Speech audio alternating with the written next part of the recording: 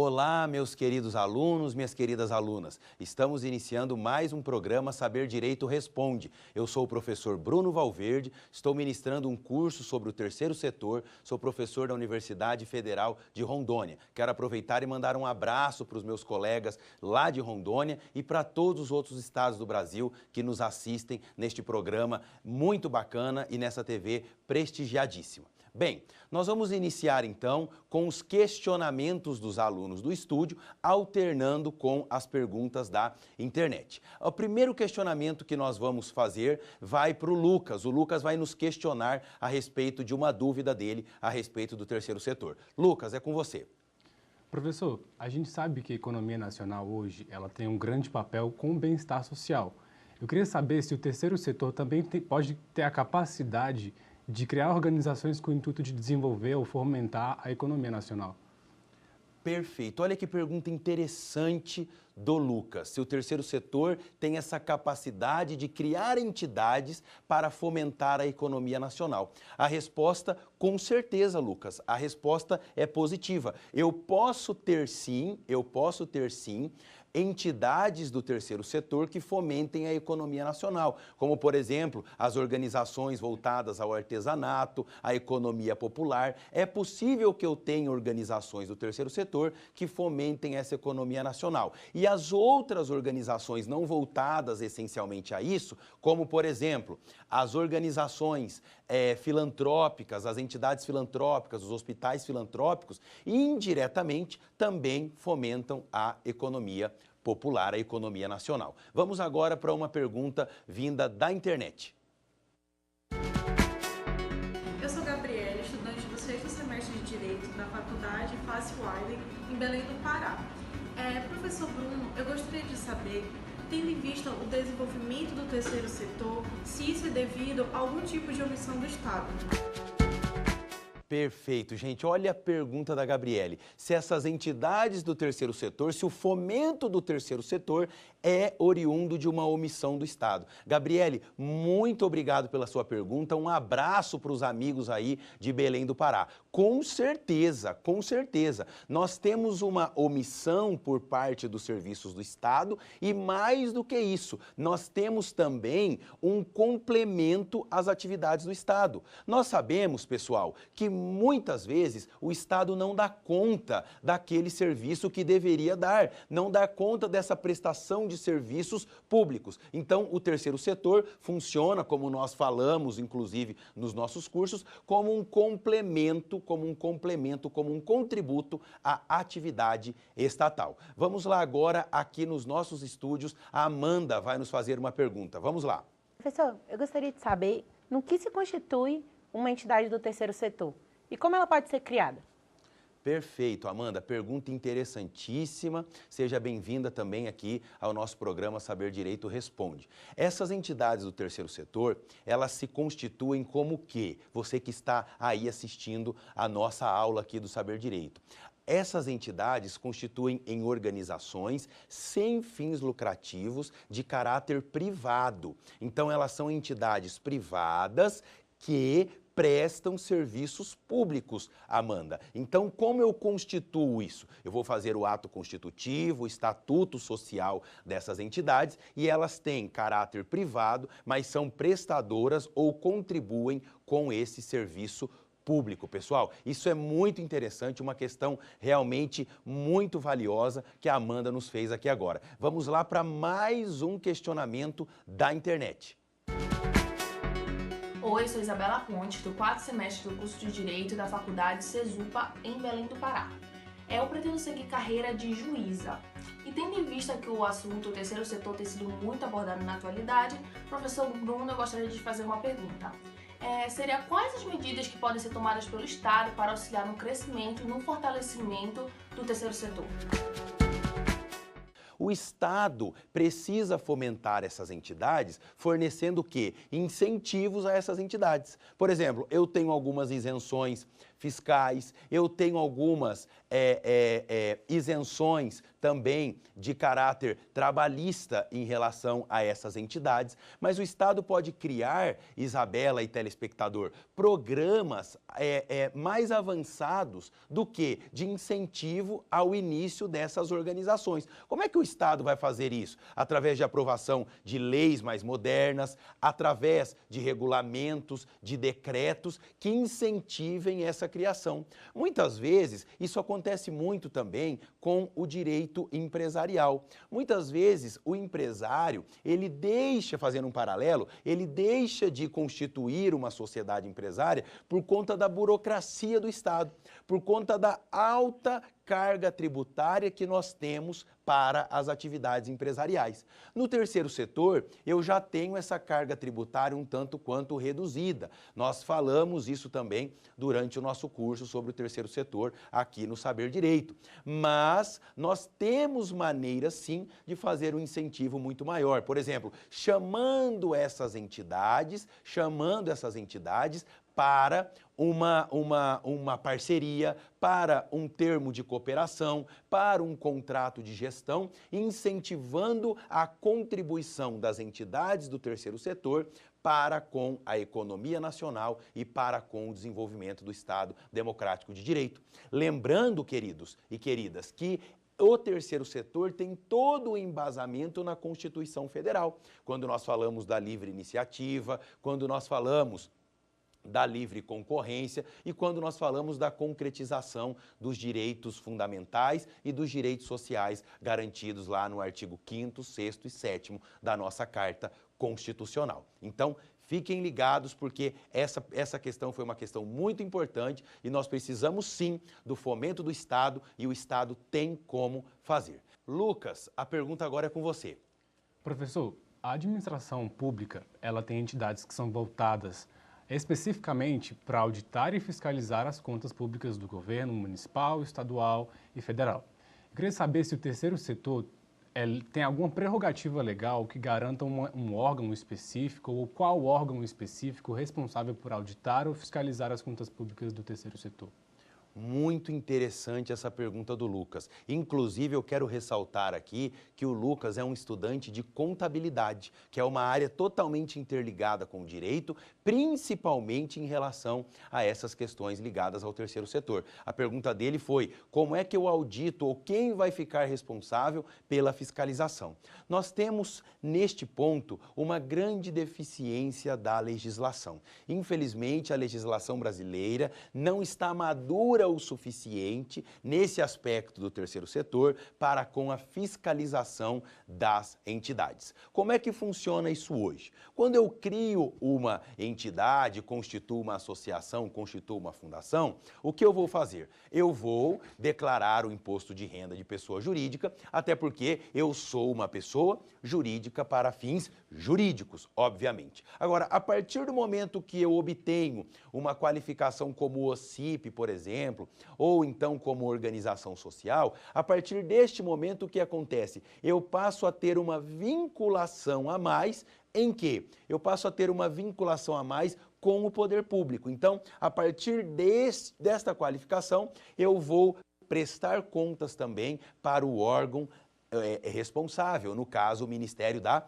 Justiça. E mais, a partir do momento que eu celebro, por exemplo, um contrato de gestão com o município, ou então com o Estado, ou com a União, ou então um termo de parceria, se for uma OCIP, regida pela 9790 de 99, eu tenho que prestar contas também ao município. E o município vai ter que se entender com quem, pessoal? Com o Tribunal de Contas do Estado. Ou seja, as contas da entidade, a prestação de contas, vai acabar chegando nos tribunais de contas. Mas eu não tenho, infelizmente, uma legislação específica, Lucas e telespectador, que me traga claramente como vai funcionar essa fiscalização. Então, nós temos aí um vácuo da legislação, e enquanto esse vácuo não é suprido, nós trabalhamos com as ferramentas que nós temos. Prestação de contas, as contas são enviadas, o imposto de renda à pessoa jurídica, para a Receita Federal e, no caso das qualificações, para os órgãos que lhe concederam. Quando eu tenho parceria pública com o setor público, seja no âmbito municipal, no âmbito estadual ou no âmbito federal, eu tenho também essa prestação de contas para o órgão que eventualmente ou consequentemente será auditada pelos tribunais de contas. Perfeito, então. Mais uma pergunta aí da nossa internet. Olha lá, pessoal. Tendo em vista o Estado em segundo plano, se esse terceiro setor seria uma forma de humanizar o capital? Mais uma pergunta lá da Gabriele de Belém do Pará. Se o terceiro setor seria uma forma de humanizar o capital. Nós falamos sobre isso, meus queridos alunos e minhas queridas alunas aqui do estúdio e também você que está aí assistindo pelos nossos canais da TV Justiça. Nós temos, sim, um caráter de humanização desse terceiro setor. Nós temos um caráter de humanizar o capital. Mas o intuito do terceiro setor não é exclusivamente essa humanização. O intuito do terceiro setor é contribuir com o desenvolvimento do Estado Democrático de Direito. E quando nós falamos então da questão econômica do Estado e desse desenvolvimento, eu tenho sim esse caráter de humanização do capital. Mas nós fazíamos então essa evolução do liberalismo, do Estado social e do Estado neoliberal. O período que nós vivemos hoje é esse neoliberalismo, onde eu tenho um Estado regulador. Eu não tenho mais um Estado intervencionista e eu não tenho mais um Estado minimalista. Eu tenho um Estado que vai fazer o quê? Regular o capital, que vai fazer o quê? Regular a economia e que vai fazer o quê? Vai ajustar através do quê? De órgãos específicos de fiscalização e de regulação essas atividades, inclusive as atividades ligadas ao terceiro setor. Então, o que nós temos? Eu tenho sim esse caráter de humanização, mas mais do que isso, antes da humanização do capital, eu tenho o quê? Eu tenho esse contributo. E vejam que as entidades do terceiro setor, elas não substituem a atividade estatal. As atividades e as organizações do terceiro setor, elas contribuem com as funções e os serviços prestados pelo Estado, desde que eu não tenha um serviço de natureza exclusiva do Estado. Pois quando eu tenho um serviço de natureza exclusiva, como por exemplo questões militares, eu não posso ter a interferência do nosso terceiro setor. Pessoal, vamos dar um intervalo rápido e já voltamos com o nosso Saber Direito Responde.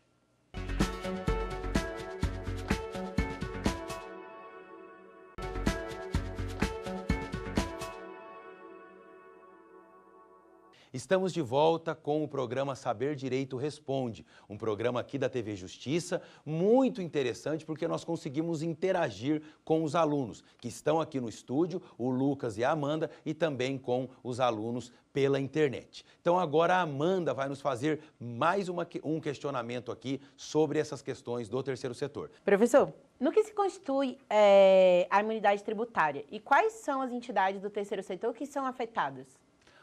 Excelente pergunta, Amanda. Quais são as entidades do terceiro setor que são afetadas pela imunidade tributária? A resposta para essa questão, assim como muitas respostas do direito, é depende. Eu vou depender de diversos fatores. Por exemplo, nós precisamos entender, e aqui eu falo com você também que está em casa, se essa entidade tem algum título de utilidade pública, se essa entidade tem alguma qualificação como OCIP ou como OAS, se essa entidade está, por exemplo, na área da assistência social, ou seja, eu vou ter que descobrir qual é a qualificação dessas entidades para eu saber onde eu vou enquadrar essa questão da imunidade tributária. Vejam, pessoal, eu tenho uma diferença, isso é importante nós trabalharmos, entre imunidade e isenção tributária. Imunidade é aquele que está imune, ou seja, não vai atingir em nenhum momento aquela entidade. E a isenção, eu tenho isenção de determinados impostos. Então, isso é interessante ficar claro e nós precisamos entender que a vantagem dessas entidades do terceiro setor é que algumas delas, por exemplo, as entidades religiosas têm algumas imunidades tributárias que não estão diretamente ligadas ou que não as possuem as entidades, por exemplo, de assistência social. Por exemplo, a gente tem uma contribuição relacionada à questão trabalhista, que é o INSS dessas entidades, o imposto de renda relacionado aos funcionários. Essas entidades de assistência social, se tiverem o selo para que executem aquelas atividades oficialmente, ficam isentas, na verdade, ficam imunes a essa carga tributária. Então, tudo vai depender da modalidade que nós estamos trabalhando dentro do terceiro setor. Agora, nós vamos para mais uma pergunta da internet. Quais as vantagens uma organização não governamental obtém ao se tornar uma organização da sociedade civil de interesse público? Interessante essa pergunta. Quais as vantagens que uma entidade do terceiro setor tem ao se transformar ou ao obter a qualificação como OCIP? Aqui nós precisamos fazer algumas observações. Primeiramente, essa entidade ela não se transforma em OCIP. Ela continua sendo uma associação, continua sendo uma fundação, mas a partir de agora ela tem o quê? Ela tem uma qualificação. Ela tem uma qualificação como organização da sociedade civil de interesse público. A partir deste momento, ela tem o quê?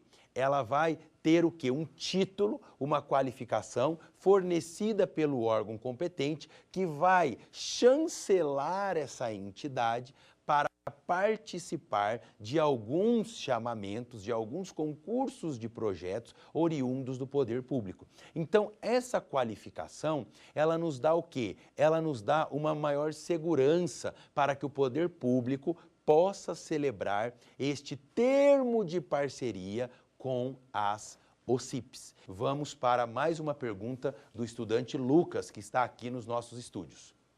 Professor, eu queria saber se uma entidade do terceiro setor ela pode ser formada com recursos oriundos do poder público. Caso sim, como é que é feito o reconhecimento do patrimônio dessa organização? Ela vai ser exclusiva do poder público ou exclusiva da própria entidade do terceiro setor? Veja, Lucas, essa pergunta é muito importante. Se eu tiver, olha lá, vamos começar na definição inicial. Nós sabemos que as entidades ligadas ao terceiro setor são pessoas jurídicas de direito privado com fins públicos para a execução de serviços públicos. Perfeito.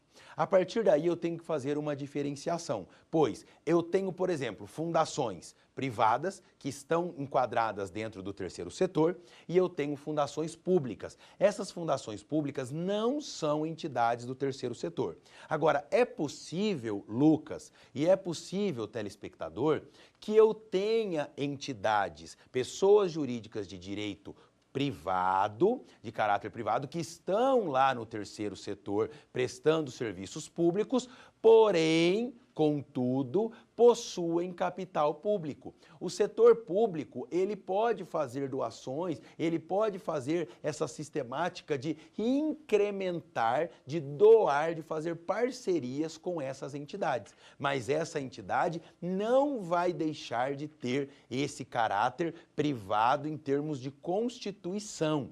Até porque se essa entidade for uma entidade uma pessoa jurídica de direito público, ela não será enquadrada no terceiro setor, ela vai se enquadrar no primeiro setor. Então, é possível sim que eu constitua uma associação, por exemplo, me qualifique como OCIP, faça um termo de parceria com uma entidade, com um órgão público e receba recursos oriundos do poder público. Agora, e os bens dessas entidades? Como é que fica? O poder público pode fazer o quê? As chamadas concessões. Então, concessão do direito de uso para essas instituições por 10, 20 anos, isso é totalmente possível. Mas veja, o patrimônio continua sendo do público e está sendo utilizado pelo privado. E isso é importante ficar claro. Só para nós revisarmos, nós temos o primeiro setor, que é o Estado, nós temos o segundo setor, que é o setor privado com fins lucrativos, e nós temos o terceiro setor, que são pessoas jurídicas de direito privado, contudo, sem o intuito lucrativo. No terceiro setor, eu não tenho, por exemplo, no setor privado, eu não tenho, por exemplo, essa condição de me qualificar como OCIP. Eu só vou qualificar como OCIP as entidades que estão dentro do terceiro setor. Vamos lá, pessoal. Vamos em frente agora. Mais uma pergunta da internet. A minha última dúvida, professor, seria se esse desenvolvimento do terceiro setor atestaria o enfraquecimento do Estado. Que pergunta interessante. Enfraquecimento do Estado. Nós falamos sobre isso na nossa primeira aula aqui do curso sobre o terceiro setor. O Estado, não podemos dizer que o Estado está enfraquecido, mas podemos dizer que o Estado não dá conta dessa demanda. Mas isso acontece, pessoal, meus alunos, meus queridos alunos, minhas alunas, isso acontece desde a época do absolutismo. Desde a época das monarquias da antiguidade, nós temos as entidades do terceiro setor fazendo esse papel de contribuição.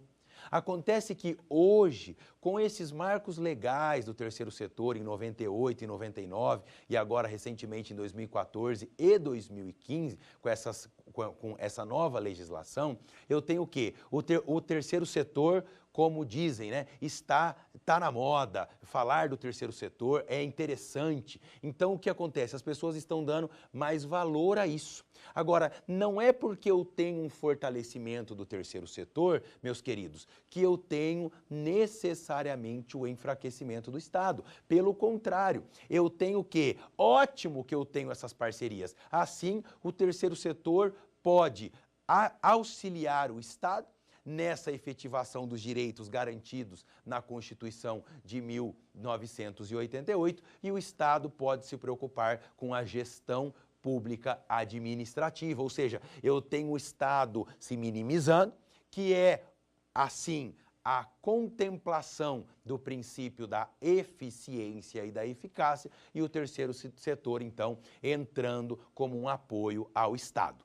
Eu falava no nosso curso o seguinte, eu tenho, por exemplo, hospitais filantrópicos. Onde eu tenho hospitais filantrópicos, eu posso ter hospitais públicos 100%? Sem problema nenhum. Eu posso ter um hospital ali público e posso ter um hospital filantrópico que tenha a ajuda do público. Não há um confronto. Vejam que não há essa substituição, há simplesmente uma contribuição.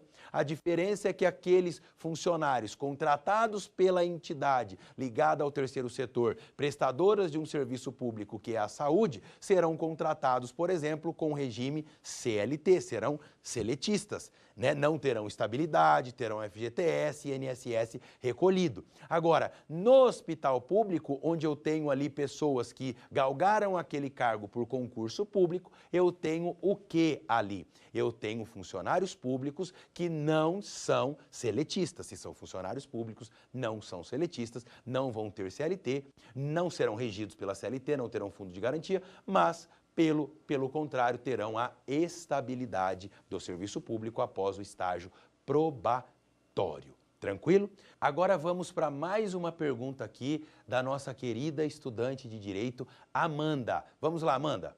Professor, eu gostaria de saber se o crescimento do terceiro setor pode ser visto de uma forma positiva frente à atual situação do nosso país. E também quais são os benefícios que ele tem resultado? Perfeito, Amanda. O terceiro setor, ele tem sim uma grande importância nesse crescimento do Estado, nesse fortalecimento e também tem um papel muito importante nessa crise que nós estamos vivendo agora. Por quê? A partir do momento que eu tenho uma descredibilização da figura do Estado, eu tenho o surgimento dessas entidades com muito mais força, com muito mais foco, executando serviços com seriedade. E por isso, por esse motivo, eu preciso do quê? Eu preciso ter essas fiscalizações voltadas ao terceiro setor, porque se eu fiscalizo, eu dou credibilidade às entidades do terceiro setor. Eu tiro essas entidades do alvo de escândalo, escândalos, do alvo do ralo do dinheiro público, do alvo de denúncias por parte do Ministério Público Federal e dos órgãos fiscalizadores. Então, o papel do terceiro setor nesse ponto é fundamental. E a crença, então, numa melhoria recai sobre o terceiro setor, enquanto a responsabilidade seria do Estado. Logo, como eu tenho essa contribuição deste importante setor, que nada mais é do que a sociedade civil organizada, eu tenho, então, uma volta desse crédito de que nós podemos, sim, ter um país melhor e mais, concretizando os ditames da Constituição de 1988. Quero agradecer muito a sua audiência, muito a sua credibilidade, de nos dar credibilidade aqui para a TV Justiça, para um programa renomado como é o Saber Direito, para um programa renomado como é o Saber Direito Responde, o Saber Direito Profissões. Foi um prazer muito grande estar com vocês. Volto a dizer, falei isso nas aulas, fico à disposição de todos. Um grande abraço para os meus amigos e alunos de Rondônia, um abraço especial para os colegas aqui do estúdio, o Lucas e a Amanda, que gentilmente estão deixando seus lares e estão aqui hoje conosco. Um abraço para todos os estudantes, espectadores, telespectadores do Brasil, desde o Amazonas até o Rio Grande do Sul, que nos acompanham aqui na TV Justiça. Fico à disposição de vocês, nas redes sociais, professor Bruno Valverde, e vamos em frente com muita fé em Deus e para frente nesse conteúdo jurídico aqui na TV Justiça. Um grande abraço. Ficou com dúvidas? Então mande um e-mail pra gente, saberdireito@stf.jus.br, ou entre em contato pelo nosso WhatsApp. O número é este que aparece na sua tela. Você também pode estudar pela internet. Acesse tvjustiça.jus.br ou reveja as aulas no nosso canal do YouTube, TV Justiça Oficial.